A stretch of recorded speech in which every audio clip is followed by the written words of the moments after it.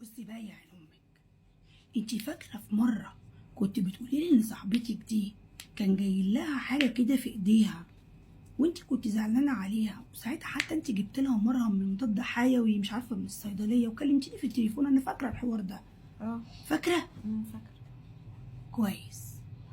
صاحبتك ساعتها عرفت انك انتي سالتي دكتور وقال لك ما تقلقيش مفيش حاجه، دي حاجه بسيطه يعني. صح كده؟ احنا هنلعب على الحته دي.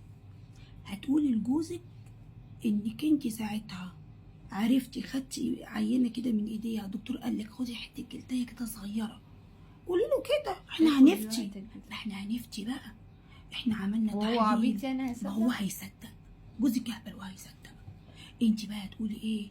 انك انت خدتي ورحتي للدكتور عشان هي نفسيتها ما تتعبش، وعرفتي ساعتها ان هي عندها مرض معدي، وان جلدها كله هيتقشر حبه حبه، جلد جسمها كله، وان المرض ده ملوش علاج، وانه وحش وبيجي نادرا لناس معينه، وهتاخد عليه مصاريف كتير قوي.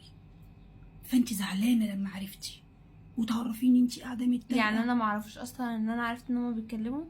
لا، انت عارفين ان انت زعلانه عليها وانها جالها مرض زي الجرب، فهو هيخاف منها طبعا. هيمسك ايديها ازاي يا بنتي؟ ما تضحكيش، هو هيخاف، هو هيخاف يمسك ايديها، فاحنا هنخوفه منها. وفي نفس الوقت عشان هو ما يروحش يسالها، انت هتلمحي لها ان انت في حاجه لازم نعمل لك تحاليل عشان في حاجه في ايديكي.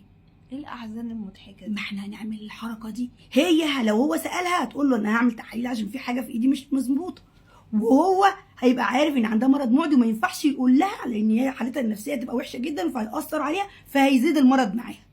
في اللحظه دي جوزك هياخد جنب هيخاف على نفسه. طبعا في حد يروح لحد جربان يعني؟ استحاله يعني، مستحيل. في الساعه دي هتفكشكلهم من بعض، هتقولوا بقى ان احنا عايزين نلم لها فلوس ومش عارف ايه، وان ياما فلوس هتدفع والكلام دوت، وانت عارفه ان جوزك يعني ماسك على القرش شويه فهيخلع.